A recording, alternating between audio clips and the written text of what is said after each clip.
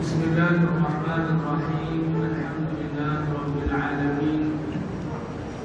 Sallallahu wasallam wa baraka ala sayyidina Muhammad nabiyil karim wa ala alihi wa sahbihi ajma'in.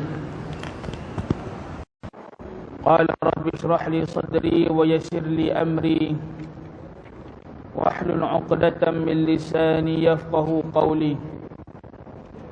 Allahumma la ilma lana illa ma 'allamtana innaka antal alimul hakim wa la hawla wa la quwwata illa bika ya rabbal alamin. Nawaitu ta'alluma wa ta'lim wa tadhakkura wa tadhkir wa naf'a wal intifa' wal ifadata wal istifadah wal hatha 'ala tamassuki bi kitabillah wa sunnati Rasulillah sallallahu alaihi wasallam wa da'a ila al-huda ibtigha'a wajhihi wa mardatihi wa qurbihi wa thawabihi subhanahu wa ta'ala, amma ba'du. Alhamdulillah, pertama dan selamanya kita merafa'kan syukur kepada Allah subhanahu wa ta'ala kerana pada tengah hari ini Allah masih memanjangkan usia kita, Allah masih panjangkan usia isteri kita, Allah masih kekalkan nikmat sihat pada keluarga kita, dan Allah subhanahu wa ta'ala mengekalkan nikmat yang terbesar bagi manusia, iaitulah iman dan Islam, sehinggalah kita dapat melaksanakan ibadat ketaatan kepada Allah pada tengah hari ini. Dan moga-moga Allah berikan istiqamah pada kita untuk melakukan ketaatan kepada Allah Azza wa Jalla sehinggalah habis Ramadan, sehingga habis nyawa di kandung badan. Amin ya rabbal alamin. Petang ni kita nak bercerita, nak berkongsi pesanan-pesanan daripada Nabi, pesanan-pesanan daripada alim ulama, untuk kita menjadikan ia sebagai bekalan sepanjang bulan Ramadan, seterusnya sampai habis Ramadan sekalipun, sampai ketemu pula dengan Ramadan yang akan datang. Kalau dikirakan nasihat ni banyak, pesanan-pesanan nasihat ni jenuh tulis, jenuh baca, jenuh ngaji. Nadzikra tanfa'ul mu'minin. Allah sebut dalam Quran, berilah peringatan, wa dzakir, bagilah peringatan, berilah tazkirah. Fa inna dzikra, kerana setiap peringatan itu tanfa'ul mu'minin, akan memberi manfaat bagi orang beriman. Makna kata orang yang boleh mengambil manfaat, ibrah dan pengajaran dalam setiap nasihat itu adalah orang beriman semata-mata. Petang ni kita nak cerita berkaitan dengan namimah. Namimah.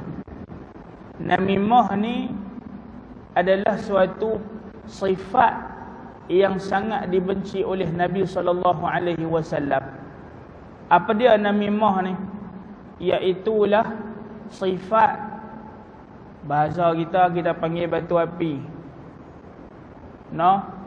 Batu api dalam dua muka, kaki belaga, kaki fitnah. Ni an-namimah. Namimah ni di dalam sebuah hadis Nabi SAW sebut, la yadkhulul jannata an-namam. Tak masuk syurga orang yang mulutnya, perangai dia, sifat dia jenis ngadu domba, belaga, jenis duk pelaga orang, batu api. Dalam hadis yang lain, la yadkhulul jannata qattatun. Qattatun ni tukang fitnah. Tukang fitnah ni dia sama naik dengan tukang adu domba. Jenis duk reka cerita, tokak tambah nak bagi bergaduh. Sebab apa Nabi SAW sebut perangai jenis duk belaga, jenis duk melagakan orang ni tak masuk syurga. Sebab kena ingat ayat Allah. Allah kata apa dalam Quran? Wadhkuru ni'matallahi 'alaikum idh kuntum a'da'an fa'alafa baina qulubikum فأصبحتم بنعمته إخوانا وكنتم على شفا حفرة من النار فأنقذكم منها إلى آخر الآية. Allah kata apa? Wadhkuru ni'matallah. Ingatlah nikmat yang Allah berikan kepada kamu. Idh kuntum a'da', ketika mana kamu masih bermusuhan di antara kaum Ansar dan juga Khazraj. Di dalam kota Madinah ada dua kelompok yang mana mereka Ansar adalah kaum Aus dan juga Khazraj. Mereka sentiasa bergaduh. Di dalam riwayat sebut sampai ratusan tahun. Disebabkan seekor unta bergaduh sampai berpuluh beratus daripada tok nek moyang cucu cicit sampai ke anak. Bergaduh habis. Datangnya Islam, fa'alafa baina qulubikum, maka Allah dengan kurniaan Allah menyatukan di antara kamu. Hati-hati Auf dan juga Khazraj boleh jadi kawan, boleh jadi sahabat, boleh kawan baik, boleh makan semeja, makan bersuap, punya kapit. Fa asbahtum bi ni'matihi, maka kamu telah menjadi sahabat, saudara, kawan karib bi ni'matihi. Bini'matihi ini dengan nikmatnya. Nikmat apa? Islam. Ikhwana, saudara. Wa kuntum ala syafa hufratin minan nar. Ketika mana kuntum ala syafa hufrah, kamu berada di samping api neraka. Perangai bergaduh. Dia bergaduh sama-sama orang ni. Dia bukan gaduh macam kucing tau. Kucing sama kucing dia bergaduh. Habis bergaduh tang tu, dia pergi jumpa kawan, dia tak cerita hak dia bergaduh tadi ni. Kucing A gaduh dengan B, kucing A jumpa dengan kucing C. Kucing C tak bertumbuk dengan B ni. Kucing C boleh meduk kawan dengan B bergelak. Kasih apa? Kasih mendatang. Kita bergaduh, bukan lagu kucing gaduh. Manusia ni kalau dia mula bergaduh, dia campur dengan takabur, rasa besar diri, hasad, berasa dengki. Hasad ni dia bukan perasaan saja tau. Orang yang ada penyakit hasad, yang suka bermain dengan hasad, yang suka melayani penyakit hasad, dia bukan hanya bermain dengan penyakit hasad, tetapi dia sedang mencabar Allah Subhanahu wa taala. Dia sedang nak bermusuhan dengan Allah. Buat kata aku tu. Pasal hasad ni dia akan timbul ketika mana dia tak puas hati tengok nikmat yang Allah bagi kepada satu orang hamba yang mana dia tak dapat. Dia dengki dengan orang tu, dia dengki dengan Allah. Marah pada orang yang dapat nikmat, lupa kata siapa yang bagi. Sebab itulah Nabi isytihar orang yang berperang, orang yang ada penyakit hasad ni, dia sedang membina permusuhan dengan Allah. Dia bukan hasad dengan orang tu. Orang tadi tak ada apa kuasa apa nak mendapatkan nikmat.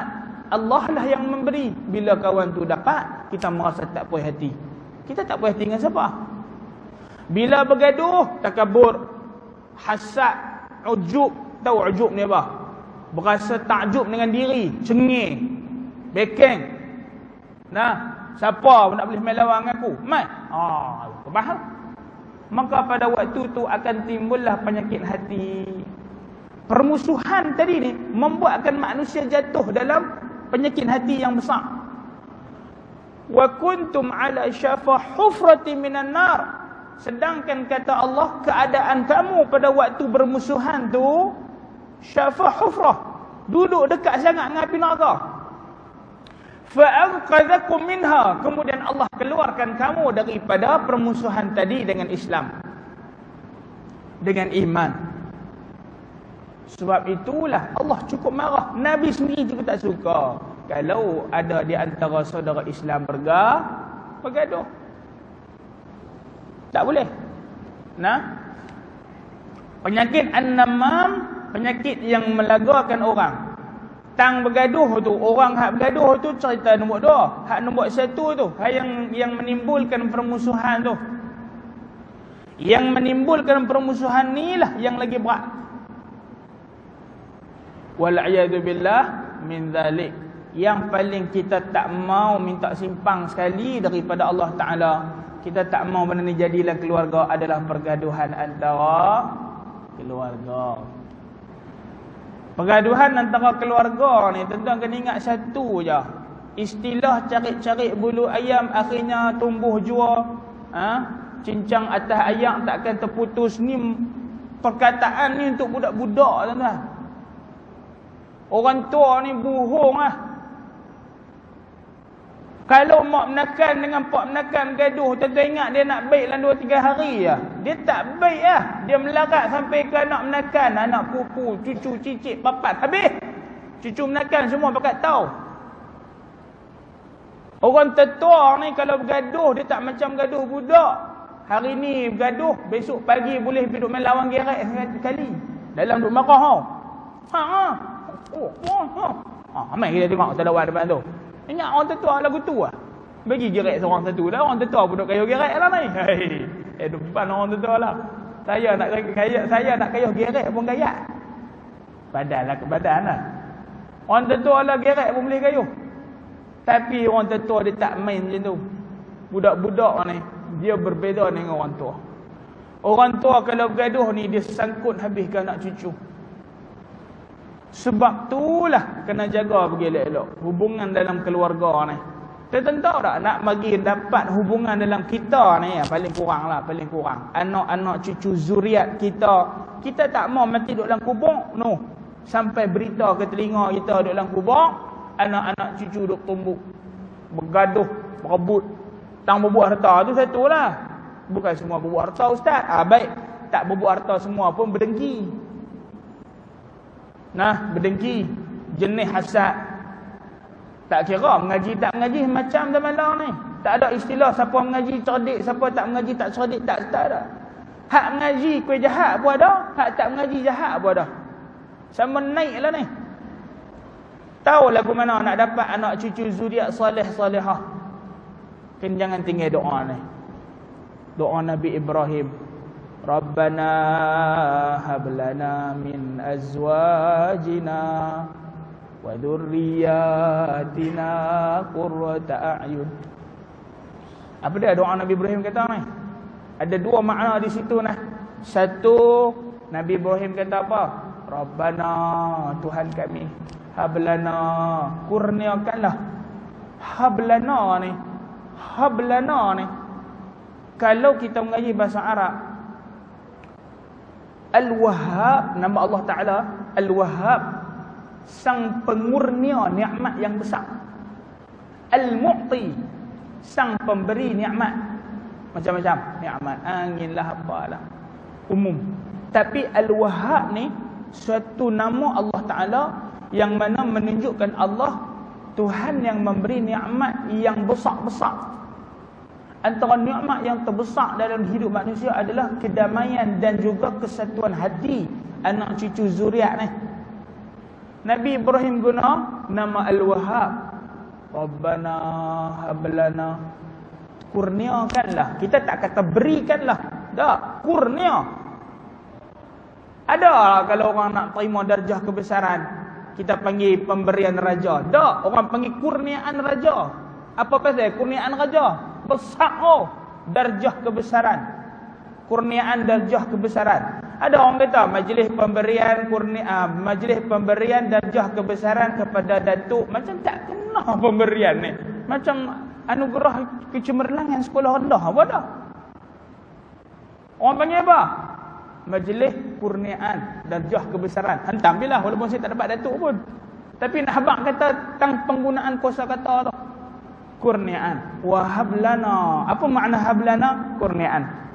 Kurniaan kepada siapa? Min azwajina, ya Allah, kurniakanlah kepada kami daripada pasangan kami. Azwajina, pasangan kami. Laki-laki baca untuk isteri, isteri baca untuk suami. Tak lari lah. Kalau laki-laki baca, bini ada 3. Azwajina ni jamak taksir, termasuk semua bini dia. Tak payah sebut nama satu-satu. Roqiyah, Rogayah, Hadiah. Sebut nama habis nama bini. Tak payah. Azwajina tu termasuk semua dah. Azwajina wa dzurriyyatina. Yang kedua, doa untuk zuriat. Dalam doa Rabbana hablana min azwajina tu bukan untuk anak-anak nah. Kita dok faham untuk anak-anak mata-mata. Tapi doa tu lebih luas. Doa tu Nabi Ibrahim minta, ya Allah, jadikanlah isteri-isteri, yakni pasanganku, kurniakanlah kepadaku min azwajina, daripada isteri-isteriku ni, ataupun kita panggil pasangan hidup, wa dzurriyyatina, dan seluruh zuriatku, termasuk anak-anak. Daripada anak ni nak turun zuriat ni berapa puluh keturunan pun. Qurrata a'yun, penyejuk mata hati, yang menggembirakan kami, akhlak yang saleh salihah, akhlak yang mulia, anak-anak yang baik. Itu jangan tinggal doa tu. Dua, jangan tinggal doa ni. Saya tak ingat doa Nabi siapa, Nabi mana sebut doa ni. Rabbi ja'alni muqimas salah wa min dzurriyyati. Guru saya tambah wa min dzurriyyati wa zaujati, ataupun wa azwaji. Rabbana wa taqabbal doa. Ya Allah, jadikan daripada zuriatku, bukan abna'i walidi ke apa ke tak. Rabbi ja'alni muqimas salah, ya Tuhan, jadikanku di antara orang yang mendirikan sembahyang, wa min dzurriyyati, dan juga di kalangan zuriatku, bukan anakku. Anak termasuklah zuriat, cucu, cicit, piuk, semua duduk dalam tu. Guru saya tambah wa zaujati, dan juga isteriku di antara orang yang mendirikan salat. Tu kalau ambil dalam Quran, wa min dzurriyyati rabbana wa taqabbal doa. Hak ni lah ulama duk pesan, jangan tinggal kalau nak dapat anak, isteri, zuriat yang saleh salihah. Tuan-tuan, tak seronok dalam kubur sambil duk dengar cerita tak elok, malaikat duk hantar malaikat kita pasal anak-anak isteri, cucu cicit kita. Pasal itulah penyakit namimah ataupun penyakit melaga-laga ni kita kena jaga elok-elok. Kadang-kadang kita ni berperangai dengan perangai ni, kita memang tak ajak anak kita, tapi tempih. Memang kita duk menyanyi, orang kata apa? Nyanyi nasyid. Iman tak dapat diwarisi oleh seorang ayah yang bertakwa. Iman sekatui memang tak boleh bagi. Tapi akhlak itu boleh diwarisi dengan dilihat ayah, dilihat oleh anak. Akhlak, tingkah laku. Kita duk pelaga orang, kama tadinu tudan, kata Nabi. Bagaimana kau buat hari ni, besok kau akan dibalas dengan benda yang sama. Hari ni kita duk pelaga orang, besok orang pelaga anak kita pula. Pasal itu kita panggil istilah roda kadang di atas, kadang di bawah. Kadang kita di atas, kadang kita kena pijak di bawah. Jangan duk berasa kita duk atas segala-gala. Kena ada hari kita duk bawah, kifarah metah kepala, anak-anak habis berpecah belah. Ibarat hari ni punya cerita bukan sikit pergaduhan ni. Ni saya tak cerita siapa, saya pun tak tahu cerita tuan-tuan kalau ada kaitan. Ada adik dengan kakak tak mengaku saudara pun ada. Mak mati, ayah mati dah. Bergaduh masa pak meninggal. Mak duk ada lagi. Bergaduh. Kak Long sama dengan Kak Nyang, Kak Ngoh, mak gitulah. Tak mengaku adik-beradik sampai tua. Bukan takat tua. Adik-adik-beradik, anak-anak ni nak pergi berkawan pun mak halang. Hanya berkawan nak Kak Long ah. Hang kalau sayang kat mak hanya berkawan dengan anak Kak Long. Hang kalau taat kat mak. Kak Umi tak redha, mak tak redha. Tak boleh. La ta'ata li makhluqin fi ma'siyatin khaliq. Selagi mana apa yang disuruh tu tak bercanggah dengan syarak, tak bercanggah dengan benda-benda yang Allah Taala suruh, tidak tidak termasuk dalam benda yang haram, boleh taat, wajib taat. Tapi kalau sampai nak pergi berkawan, mak tak bagi, jangan duk pergi. Aku tak bagi hang duduk berkawan dengan anak-anak depa. Depa ni bukan kok aku dah ni. Depa bukan keluarga kita. Tak payah taat pergi berkawan. Mak suruh ke Tuhan suruh yang lebih utama. Sedangkan menyatukan tali silaturahim itu adalah tuntutan yang sangat besar. Pak menikah dua. Dia suruh dapat menikah dua pula ni. Bahaya tak ayat mana ni Imam. Ni kalau tak ayat mana dia silap boleh ambil minum mai. Tadi dia masa duduk parti dah berasa lupa, tiba-tiba jadi lupa. Lupa tentang jangan tegak. Ulama kata kalau tengok satu orang puasa, terlupa dia minum air. Jangan tegak, biar bagi dia habiskan dulu. Pasal apa tu rezeki dah. Balik tentang boleh buat di rumah. Doa bagi lupa je. Pergi cari buku Ustaz Arudin, cari doa lupa. Ada. Kita buka arwah Ustaz Arudin tulis satu buku ruqyah dan juga perubatan Islam. Dalam tu ada satu doa lupa. Mampus lagi pusaka salam penuh pakat tulis tu. Doa lupa, nak bagi lupa. Lupa peristiwa tak elok, lupa tentang benda-benda yang tak elok, dosa-dosa lama, nak minta ampun pun tak mau nak kenang dah. Nak ingat, dia tak mau ingat dah salah orang, nak buang kalau bercerai kan, nak buang perasaan untuk isteri tak mau dah. Orang mati duk teringat mati tu sampai meroyan, nak buang perasaan tu. Ada dalam buku tu, kita cari tengok. Doa nak bagi lupa. Ada. Nah, baik. Jadi dua orang. Isteri pertama dengan isteri kedua. Pak menikah lain. Bila pak menikah lain, anak bini pertama ni sah dah lah. Ada yang setuju, ada yang tak setuju. Ada yang setuju, ada yang tak setuju. Ni cerita betul ni lah, bukan saya reka ni. Saya rasa dekat berapa tahun lah? 20, 30 tahun ada. 40 tahun. 30 ke 40 tahun. Anak sulung waktu pak dah menikah, anak sulung ni masa tu baru 17, 18. Adik-adik semua kecil-kecil lagi. Dia pun 6, 7, 8 beradik.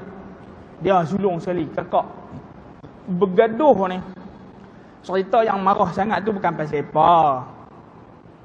Nah, pak dia nikah dengan kawan baik dah. Pak nikah dengan kawan. Kawan duk panggil nama dah kena panggil mak pula. Jangan. Gaduh. Tak apalah cerita tentang gaduh tu. Tuan-tuan bergaduh lama mana? Kat 30 tahun lebih.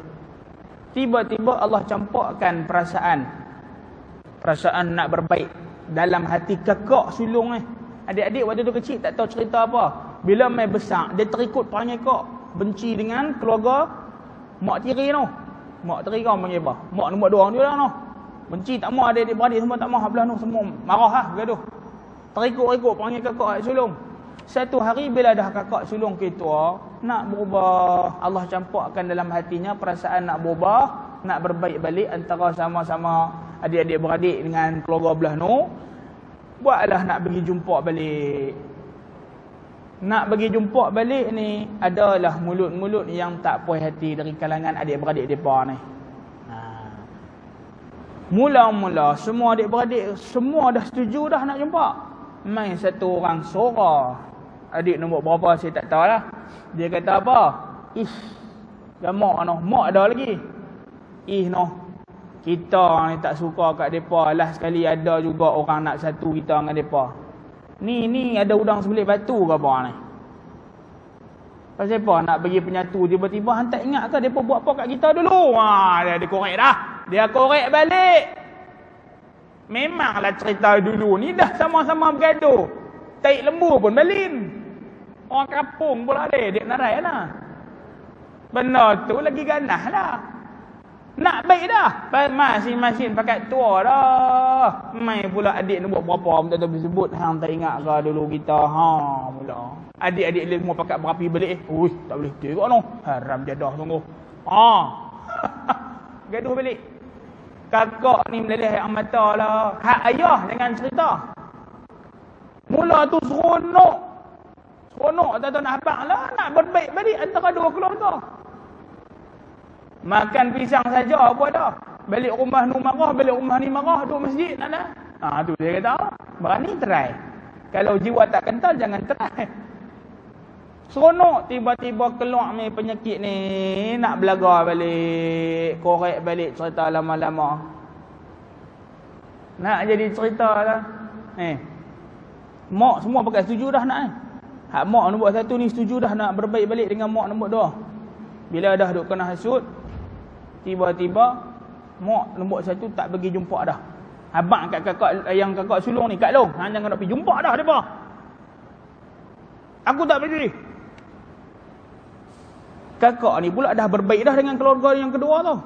Kemudian adalah satu orang menantu dalam tu kata apa? Dia kata, mak suruh kena taat.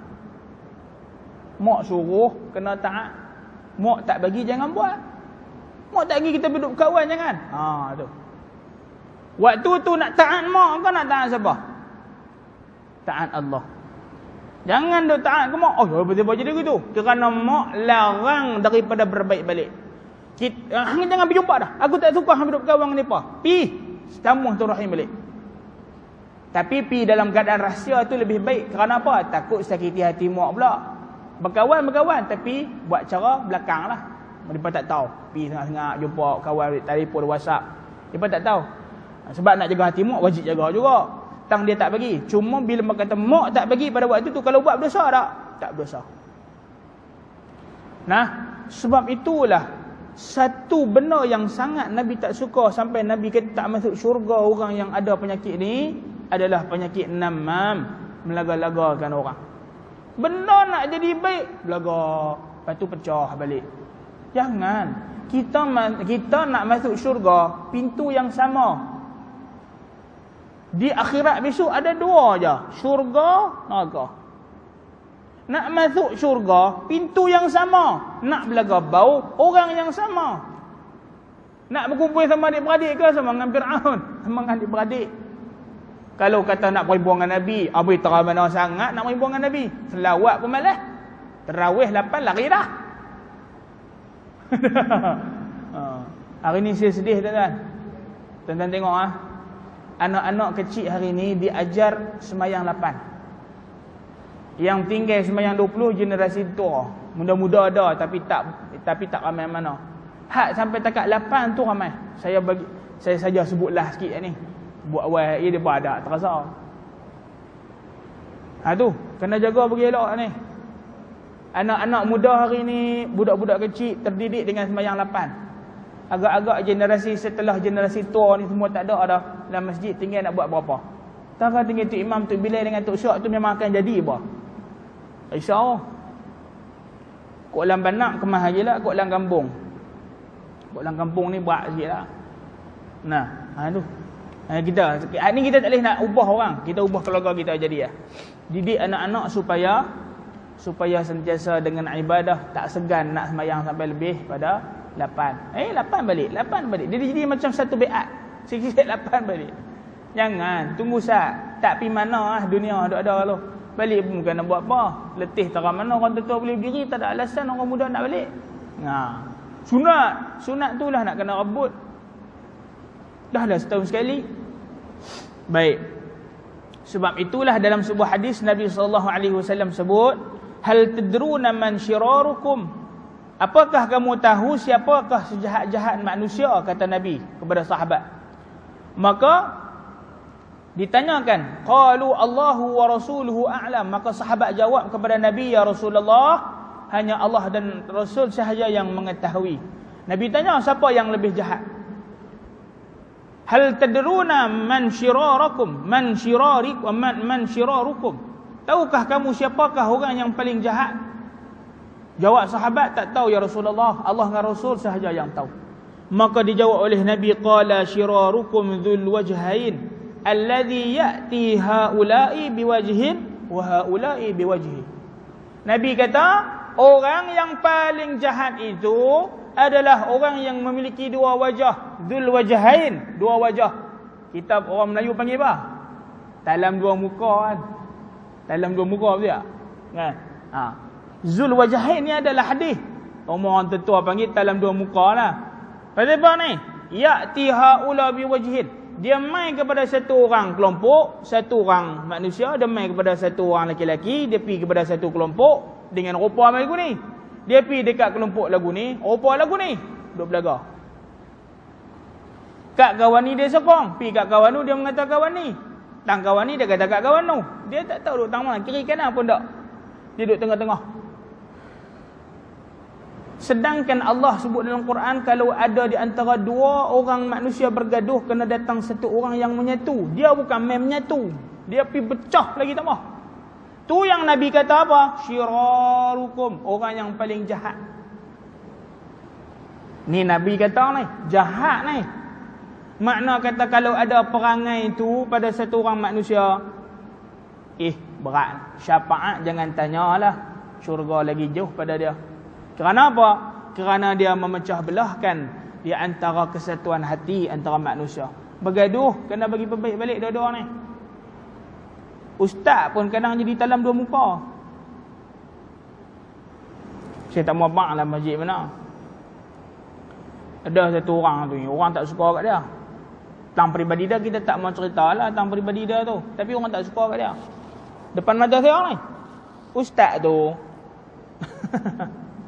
ustaz tu depan puak-puak ni bagus, depan kawan ni bagus, pergi duduk dengan kelompok, duduk berburuk kawan tu.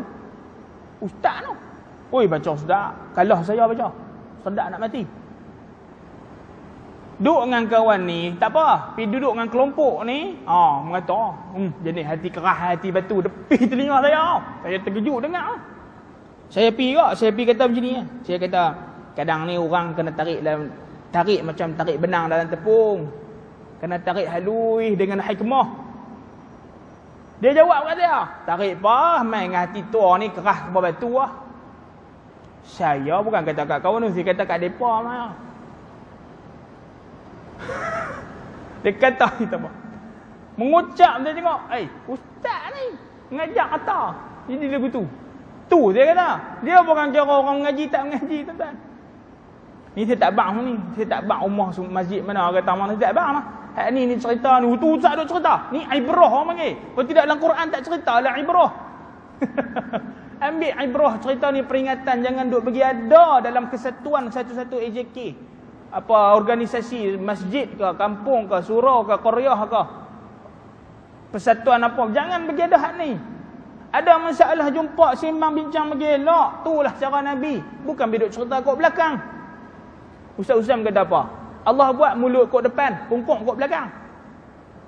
Kalau nak bercakap depan-depan, kalau nak kentut belakang-belakang. Orang lah terbalik kurang. Cakap belakang-belakang. Kentut depan-depan. Tak puas hati, pergi habang sembang jumpa bincang mesyuarat, baru betul. Orang lah pungkuk pergi depan, mulut pergi belakang lah kata. Ustaz-ustaz pula kata. Saya gelak lah kata, gangster juga pelong ni kata. Lepas tu dia tanya pula, tuan-tuan faham tak? Senyap. Hak jawab seorang aja. Faham. Orang tua tu salah. Satu seorang lah faham, hak ni tak faham lagi ni. Tapi betul kan? Memang betul. Kita kalau ada masalah apa, pergi bercakap, jumpa depan-depan. Jumpa depan-depan ni bukan jumpa di kalangan orang ramai. Bukan jumpa depan orang ramai. Tak, bukan lagu tu. Jumpa depan-depan ni berdua, Imam Syafi'i kata. Nak tegur berdua. Lah ni kan ada teknologi. Dengan WhatsApp kan mudah. Habaq beritahu, tanya sembang, baru betul. Barulah tak berlaku apa yang disebutkan oleh Nabi SAW. Jangan sungguh ni, kena jaga bagi elok. Kita ni tak suka ke orang macam mana pun, kalau berdepan dengan dia senyum. Ni ulama ajak. Marah macam mana pun. Guru saya Al-Habib Husain bin Umar bin Hasan Al-Haddad rahimahullah ta'ala meninggal tahun 2017. Dia ni umur 80 lebih dah waktu saya duduk mengaji dengan dia tu. Ada orang tak suka dekat dia. Orang yang tak suka kat dia dah. Tapi orang tu selalu main kat dia, jumpa, minta pinjam duit. Dia, saya kenal sebab pasal saya khadam, duduk sekali dengan dia serumah. Saya tahu lah rahsia-rahsia lah tu, cerita-cerita. Tengok kawan ni main, saya terkejut lah. Habib marah tak kan? Tengok Habib tak marah. Habib senyum je. Ada apa? Allah. Boleh. Bagi pinjam kita apa? Kemudian bila Habib jumpa dengan saya, dia tak cerita langsung pasal kawan tu. Sedangkan sebelum ni dia pernah habaq. Dia kata ada orang tak suka kat aku. Tapi tak ada masalah. Waktu tu saya dengan dia berdua ya. Dia tarbiyah orang panggil. Dia beritahu. Kita tak suka kat orang macam mana pun senyum. Jangan tak senyum, jangan buat muka kelak. Pak. Tak apa. Okey tahu. Nanti tak apa. Aku tahulah. Kan? Banyak senyum lah betul. Tak suka punya pasal sampai tinggi. Datang tinggi suara tu dia mula nak syaitan mula main-main. Syaitan mula main dah. Mula tu nak keluar penyakit takabur, hasad, dengki semua dah. Lagi dia mula besar diri. Saya jawab begitu je. Dia ajar apa? Tak suka macam mana pun kat orang, senyum. Senyum. Pasal apa? Kawan tadi yang mungkin akhlaknya tak elok boleh berubah akhlaknya dengan baik.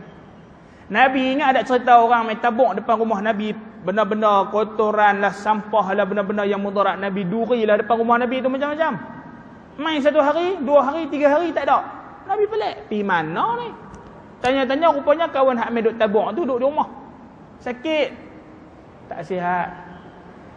Nabi tanya rumah tak mana, Nabi pergi ziarah. Buka pintu rupanya Rasulullah. Kawan ni duduk tidur. Mampu dah Muhammad main abu aku dah perasaan. Aku dah buat menanya kat dia tadi. Lama mana dah, hari ni aku sakit, dia balas balik. Jam lah. Tengok Nabi masuk rumah dalam keadaan senyum. Tanya apa khabar, sihat kau macam mana hari ni? Teringat kan? Dia terkejut tengok Nabi main dalam keadaan senyum. Dia ingat Nabi main nak bubuh dah. Dan tentu apa jadi kat dia? Islam terus. Dengan akhlak.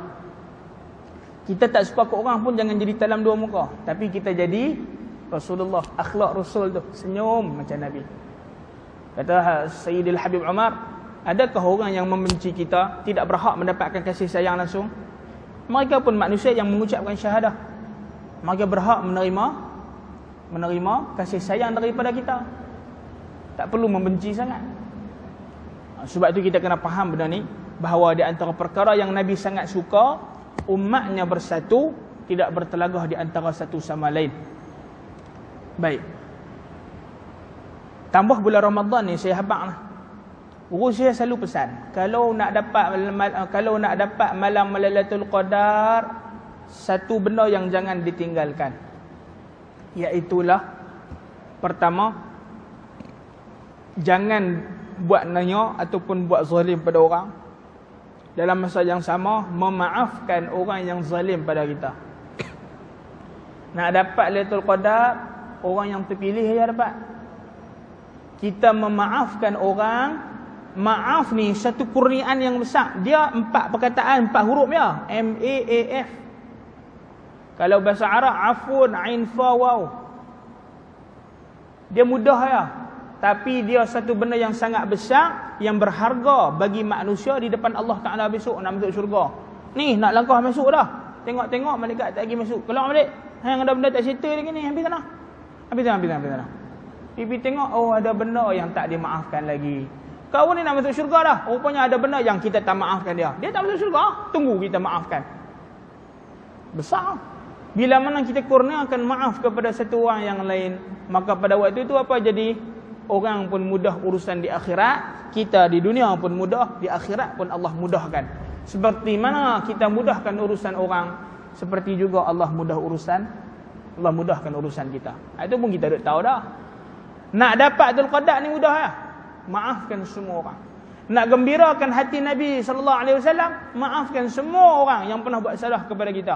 Yang pernah buat salah ataupun yang tak pernah buat salah, yang akan buat salah, maafkan semua. Di dalam sebuah hadis disebutkan bahawa di antara akhlak seorang Muslim ni adalah ketika mana dia nak tidur, dia maafkan semua orang.